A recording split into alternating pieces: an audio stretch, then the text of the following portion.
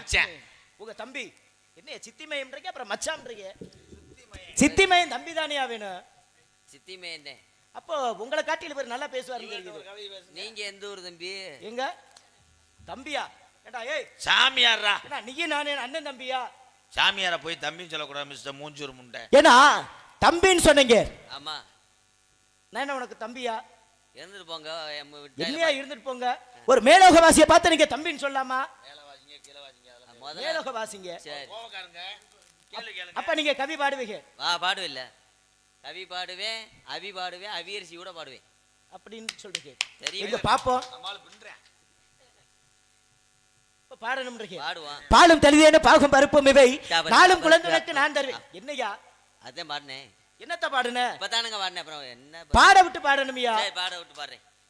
பாட விட்டு பாடணும். அதே நல்ல விலை கழகு. சரி. ஒழுக்கம் இழுப்பம் தரலான் ஒழுக்கம் மீறினும் ஓம்பப்படும் என்று பாடி இருக்கேன். எங்க பாடுங்க பாப்போம். அதே எதையா நீங்க அதானே எதையா சொல்லி தெரியாத பாடுங்க. அப்ப நான் சட்டார்னு தூணிடுவேன். தெரியாதா? அது எனக்கு தெரியும். ரெண்டாவதுலயே படிச்சிட்டீங்க. வேற பாடுங்க. வேற பாட. தீபக்கமல செந்தாமரை பூவும் பாதசலம் பலவேசி பாட. இதெல்லாம் பாலுவாடியிலேயே இந்திரா டீச்சர் சொல்லி கொடுத்துருச்சு. இது என்னையா? வேற வேற. எங்கேயோ ஓதப்ப நாடகம். ஓடி ஓடி ஓடி ஓடி உட்கலந்த சோதியே நாடினாள். 6வதுல படிச்சேன். என்னையே ஒன்னு பாடவே. ஓ இங்க செஞ்சிருச்சு. வேற. சரி அப்ப கேள்வி கேட்டாதே வலிக்கு வருவார் போல. ஏதா கேள்வி கேட்டு ரெண்டு பேருமே உருளுங்களே. நான் போய் டீ வாங்கிட்டு வரேன். இப்ப கேள்வி கேட்டாதே அடங்குவார் போல. வாயிற மாதிரி ஏதாவது கேளுங்க. ஒரு மனிதனுக்கு சுபகாரியம் அப்படின்னு எடுத்துக்கிட்டோம்னா என்னங்க கொண்டு போவான்? சுபகாரியத்துக்கு மரக்கா நிறைய நெல்லு கொண்டு போவான். என்னையா சுபகாரியத்துக்கு மரக்கா நிறைய நெல்லு கொண்டு போவான்? மரப்பயலே. சுபகாரியங்களுக்கெல்லாம் அரிசி வேண்டுமென்றால் நிறமரக்கா நெல்ல கொண்டு விவசாயி நாத்து பதவனாத்தான் விளையும் என்று சொல்றான் என்னுடைய மாணவன். கைதட்டலாம். அரிசி கொண்டு போவோமியா? நெல்லு எங்க கொண்டு போவோம்? நெல்லை கொண்டு போய் ரைஸ் மில்ல அரைச்சாத்தானே அரிசியா இருக்கும். ஆமாம். சரி அப்போ உன்னை கொண்டுட்டு கூட நான் ஜெயிலுக்கு போயிடுவேன். நெல்லை இருந்த உன் புருஷன் என்னைக்கு அரைச்சேன்? ரைஸ் மில்ல விட்டு புழுங்க. புழுங்க. எதையா புழுங்க? அதே விழுங்க. சும்மாவே புழுங்கிக்கிட்டு தான் இருக்குது. சரி சரியா? ஏன்னா சுபகாரியத்துக்கு வெத்தலை பாக்கு வைப்பாங்க. ஆமாங்க. அந்த வெத்தலை எங்க காம்பை நுனியும் கிள்றான்? வெத்தலையில எதற்காக காம்பை முனியும் கிள்றான் அப்படின்டா சாப்பிடும் போது கேக்குறீங்களா? ஆமையா சாப்பிடும் போது தானே. அந்த காம்பு அந்த முனி ஷார்ப்பா இருக்கும். காம்பு முனியும் ஷார்ப்புண்டா ஊசியா இருக்கும். சரி. அது மெல்லும் போது போய் தொண்டையில போய் லெவக்கண்டு குத்திக்கிடுச்சுன்னா குரல் கட்டிக்கிறேன். அதுக்காக அப்ப ஊசியா இருக்குன்றதுனால கிள்றமோ? மன்னித்து விடுங்கள் சாமி. சுபகாரியத்துக்கு செல்கின்ற பொழுது வெத்தலை வாக்கு வாங்கிட்டு போறாங்க. ஆமா. இந்த வெத்தலையை போடக்கூடியவங்க எல்லாம் எதுக்காக காம்பையும் கடைசி நுனியை கிள்றாங்க? ஏன்னா இந்திரனாகப்பட்டவன் பூலோகத்துக்கு வந்தான். இந்திரனாகப்பட்டவன் பதில் சொல்ல போறீங்களா? ஆமாங்க. ஏய் இதுக்கு தானே அப்புறம் நான் 5 அப்புறம் கேள்வி இன்னும் சொல்லவே இல்லை பதில். அப்புறம் நீங்க சொன்னா எனக்கு என்ன அர்த்தம்? சரி சொல்லுங்க. ஏன் காம்பையும் நுனியும் கிள்றாங்கன்னா ஆமா அதான் கேட்கிறேன். ஊட ரெண்டா கிழிச்சு போடலாம். சரி. ஏன்னா வெத்தலை போடுறதுக்கு வெத்தலை எல்லாம் போயிடும். என்னையா புதுவிதமான கைதட்டு என்ன புதுவிதமான பதிலா இருக்கும். 350 ரூபா சம்பளத்துக்கு அவங்கள வச்சிருக்கேன். கைதட்டியே அந்த நாடகத்தை இங்கே கொண்டு வராங்க மட்டும் பாரு. சரிங்கய்யா. ஏன்னா நீங்க உண்மையான பதில சொல்லுங்க. உண்மையான நான் சொன்னது அதானடா. வெத்தலைய இந்த காம்பையும் இங்கிட்டு இல்லாம ஊட கிழிச்சு போட்டா என்ன இருக்கு? மயிரா இருக்கு. அப்படி கைதட்டலாம். அப்பா அட நெருங்கிட்டாங்களே. அப்ப அதனாலதான் காம்பையும் நுனியும் கிள்றேன்னு சொல்றீங்க. ஆனா இது கிடையாதுங்க. கிடையாதுன்னா வெத்தலை வாக்கு கடையில இல்லையா? கிடையாதா? வெத்தலை வாக்கு இருக்குங்க. காம்பை நுனி எது கிள்றாங்க அப்படின்னு பாத்தீங்கன்னா என்னையா வேணும்? என்ன நீ சொல்ல போறீங்களோ? அதே காம்பையும் நுனியும் கிள்ளிட்டாங்க. அதையே ஒரேதா போட்டு எனக்கு அப்ப கோவம் வந்துச்சுன்னா என்ன செய்வேன் தெரியாது. என்னையா கோபம்? கிள்ளிட்டாங்கல்ல. நீங்க ஏதாவது பேசுங்கய்யா பாப்பா. நீங்க எங்க இருந்து வரீங்க? மேலோகத்துல இருந்து வரணுங்க. மேலூர்னு சொல்லுவாங்க. ஆமா ஆமா. டவுன் பஸ்ல வந்தீங்களா? பிரைவேட் வண்டியா? தகர மார்க்கமாக வந்தனியா? ஆமா பிஆர்சி சக்கர் போப்பா.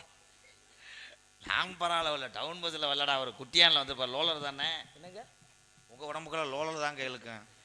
ஏன்னா தேவ இந்திரனாகப்பட்டவன் பூலோகத்துக்கு வருகிறான்.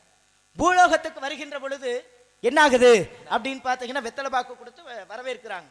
அப்ப அவருக்கு அந்த வெத்தலை பாக்குனுடைய சுவையாகப்பட்டது பிடிச்சிருது. அப்ப மேலோகத்துக்கு எடுத்து அந்த இந்திரலோகத்துக்கு எடுத்து செல்கின்ற பொழுது என்னாகும்? வெத்தலையாகப்பட்டது ஈரப்பசை இல்லாட்டி என்னங்க ஆகும்? காஞ்சு கருகி போயிடும். அப்படி கொண்டு போகும் பொழுது காஞ்சு கருகி போகிறது. அங்கிருந்து வேலையாட்களை அனுப்பிச்சு விடுறாரு. யாரு? இந்திரனாகப்பட்டவன். வேலையாட்களை அணைத்து விடுகிற பொழுது என்ன ஆகுது அப்படின்னு பாத்தீங்கன்னா, பறிச்சுட்டு இங்க இருந்து போகும்பொழுது மறுபடியும் கருகிறது. சரிங்க, இப்படி அற்புதமான வெத்தலை எனக்கு பிடிச்சிருக்குங்க. ஆனா இங்க மேலோகத்துக்கு வருகிற பொழுது என்ன ஆகுது? கருகி போயிருது. இது என்னங்க நியாயம்? மன்னா நீங்க கவலைப்படாதீங்க, நாங்க போய் பறிச்சுட்டு வர்றோம் அப்படின்னு சொல்லி பெண்ணாகப்பட்டவர்கள் சொன்னார்களாம். அப்படி பெண்ணாகப்பட்டவர்கள் என்ன பண்றாங்க? பூலோகத்தில் வந்து வெத்தலையை பறிச்சு கொண்டு மேலோகத்திற்கு சென்றார்கள். ஆனா வெத்தலை எப்படி இருந்துச்சா? அப்பதே அந்த செடியிலிருந்து பறிச்சது மாதிரி புத்துணர்வோடு அந்த வெத்தலையாகப்பட்டது இருந்துச்சா. அப்படி அந்த வெத்தலையாகப்பட்டது புத்துணர்வாக இருக்க காரணம் என்ன அப்படின்னு கேட்க, என்னது? ஏன்னா நீங்க கொண்டு வந்தீங்க, கருகி போச்சு. அமைச்சர்களும் கொண்டு வந்தாக, கருகி போச்சு. இப்ப நாங்க கொண்டு வர காரணம் என்ன? ஏன்னா ஒரு பெண்களை ஒரு வார்த்தையில சொல்லி திட்டுவோம். அப்ப அந்த பெண்கள் என்ன செஞ்சாங்களாம்? மன்னா நாங்க கொண்டு வந்தோம், அந்த காம்பை நுனியும் யோனி வாயில் வைத்து மடிச்சு கொண்டு வந்தோம் அப்படின்னு சொல்ல. அப்ப சி அதுல இருந்ததே நீங்க அந்த வெத்தலையை வச்சு கொண்டு வந்தீங்களா அப்படின்ற காரணத்தினாலதான் இந்திரனாகப்பட்டவன் அந்த வெத்தலை காம்பையும் நுனியையும் கிள்னாராம். அந்த பழக்கம் இன்னமும் பூலோகத்திலும் உண்டு. ஒரு உள்ள கை தட்டல. தங்கச்சி கை தட்டினா உன்னை தங்கச்சின்னு வாக்க மாட்டேன், கல்லை விட்டு எரிஞ்சு விடுவேன். இப்ப நான் சொல்லும் போதே தட்டினேன். சரிங்கய்யா, நீங்க யாருங்கய்யா?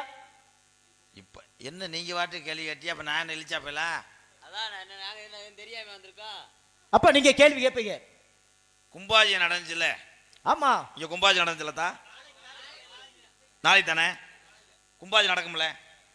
கும்பாஜி நடக்கும்போது எப்படி கரடே வருது? தம்பி ஓதான் தூங்க, நான் சொல்றதுக்குள்ள முந்தக்கூடாது, ஓதுறது நான் சொல்லுவேன்டா. எப்படி வருது? ஒரு கும்பாபிஷேகம் நடக்கும் பொழுது கருடாழ்வார் பறக்க காரணம் என்ன அப்படின்னு பாத்தீங்கன்னா, கும்பாபிஷேகத்துல என்ன செய்வாங்க? ஓதுவார்கள் அனைவரும் என்ன செய்வார்கள்? ஓம் சுக்லாம் பரவாயில்லையே, நல்ல ஓதுறாப்லையா. ஐயர் ஸ்ரீதர் சிசிய நாங்க ரெண்டு பேரும். அப்படி மந்திரங்கள் ஓதும் பொழுது என்னாகும்? பலதரப்பட்ட மூலிகைகளான பட்டைகள், மரங்கள், செடிகள், கொடிகள், இந்த பட்டைகள்லாம் போட்டு நெறி என்ன பண்ணுவாங்க? புகை மூட்டுவார்கள். கொடிகளை போடுவாங்க. அப்படி புகை மூட்டுகிற பொழுது என்னாகும்? அந்த புகையாகப்பட்டது மேல பறக்கும். அப்படி மேல பறக்கின்ற பொழுது அந்த மூலிகை புகையை சுவாசிப்பதற்காக அந்த கருடர்கள்லாம் வருவார்கள் என்று சொல்வது ஒரு ஐதீகம். ஆமாங்க, அவர் சொன்னதே உண்மை. மந்திரங்கள் ஓதுவார்கள் அத்தனை பேருமே ஓதினாலும் இந்த கருடன் வருவதற்கு காரணம் என்னவென்றால், ஒரு விதமான வாசன திரவியம் அந்த ஹோமத்தில் போடுவாங்க. இது காற்றில் பரவும் போது இந்த கருடன் எத்தனை கிலோமீட்டர் தூரத்தில் இருந்தாலும் வந்து சேரும் அந்த கும்பத்தை நோக்கி. இதே உண்மை. ஏன் கும்பத்தில் தண்ணி ஊத்துறாங்க? கோயில் கட்டடத்தை ஊற்றலாம், ஆளுக மேலே ஊற்றலாம், கும்பத்தில் ஏன் ஊத்துறாங்க? ஏங்க அதுக்கும் ஒரு காரணம் உண்டுங்க. என்ன காரணம் இல்லாம தோரணம் கட்டுவாங்களா? என்ன காரணம்? ஏன்னா ஒரு கும்பாபிஷேகமாகப்பட்டது 10 வருடத்துக்கு வைக்கலாம், 10 வருடங்களுக்கு வைக்கலாம், 20 வருடங்களுக்கு ஒரு முறை வைக்கலாம், 40 வருஷங்களுக்கு ஒரு முறை வைக்கலாம். 12 வருடம் வைக்க காரணம் என்னங்க? 12 வருடம் வைக்க காரணம் என்ன? ஊர்ல மாசம் மாசம் வச்சோம்னா யாரு வரி கொடுப்பா? ஏன்னா வைப்பதற்கு காரணம் என்ன அப்படின்னு பாத்தீங்கன்னா, கோவிலினுடைய முழு சக்தியும் தாங்கக்கூடிய வல்லமை எதற்கு உண்டு அப்படின்னு பாத்தீங்கன்னா, அந்த கலசத்திற்குதே உண்டு. முதல் 3 மாதம் எங்க இருக்குமாம்? கோயிலின் கருவறையில் இருக்குமாம் சக்தியாகப்பட்டது. தப்பு. அதுக்கு 3 மாதத்துக்கு முன்னாடி செய்யறவர்கிட்ட இருக்கும். எங்கேயா இருக்கும்? ஆமா, எங்க செய்யறவங்க வீட்டுல இருக்கும்போது எதுக்கே நம்ம கும்பாபிஷேகம் வைக்கிறோம்? அங்க இருக்கு. அதுக்கப்புறம் தான் 3 மாசம் இங்க இருக்கு. நீ சொன்ன இடத்துல கிடையாது. அந்த கவசம் செய்ய மாட்டாங்க. கலசம் செய்வாங்கயா. ஆனா சக்தியாகப்பட்டது எங்க வந்து உருவேத்துவாங்க? இங்க கும்பாபிஷேகம் நடக்கக்கூடிய இடத்துல தானே. முதல் 3 மாதம் எங்க இருக்குமா? கருவறையில இருக்குமா. 2வது 3 மாதம் எங்க இருக்குமா? கோவிலின் பலிபீடத்தில் இருக்குமா. சரி. 3வது 3 மாதம் எங்க இருக்குமா?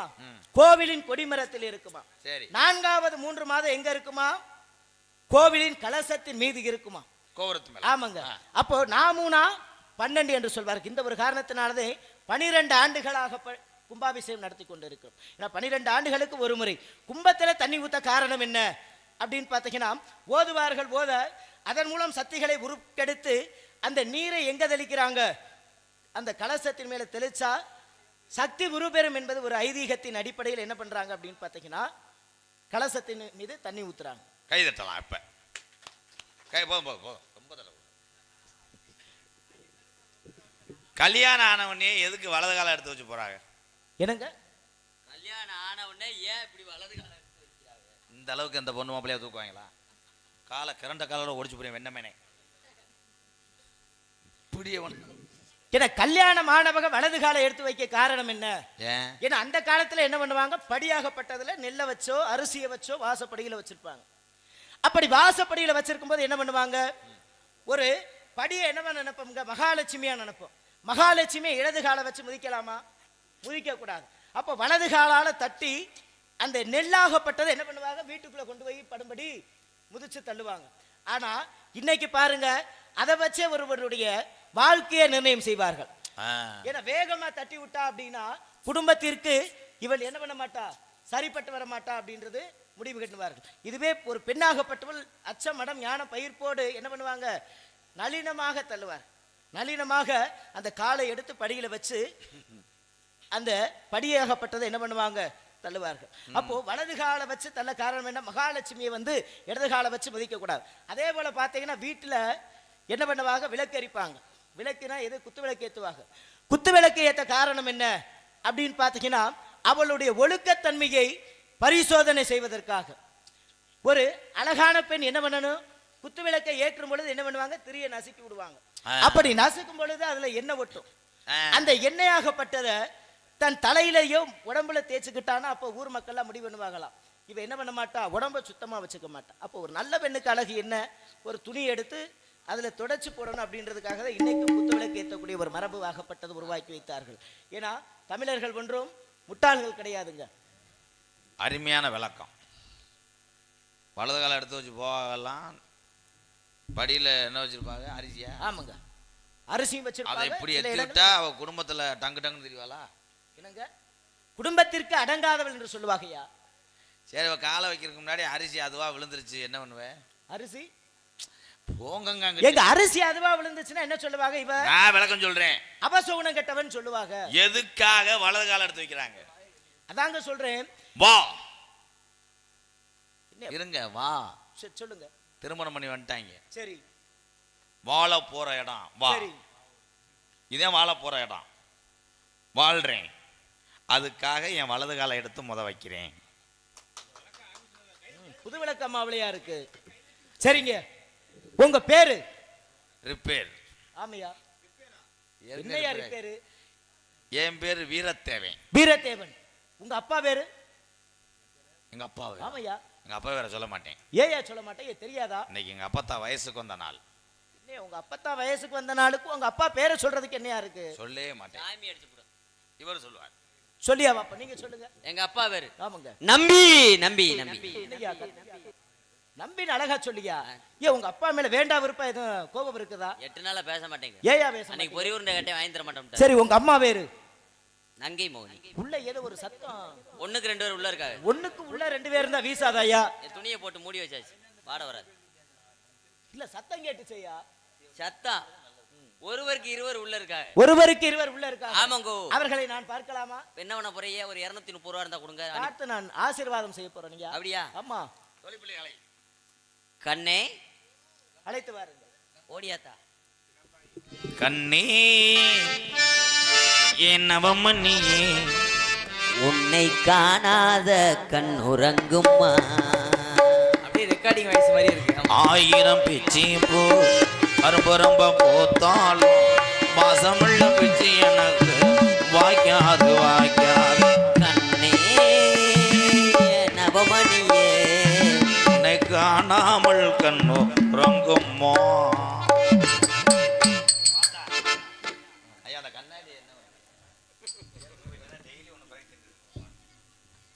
கண்ணே வாத்தா.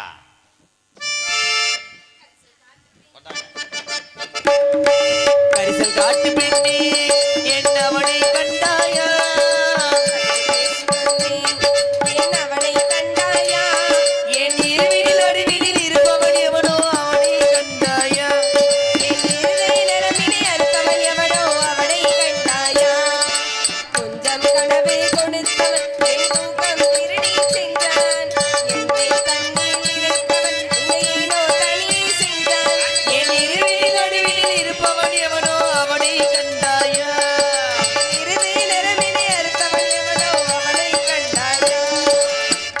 காட்டு பெண்ணே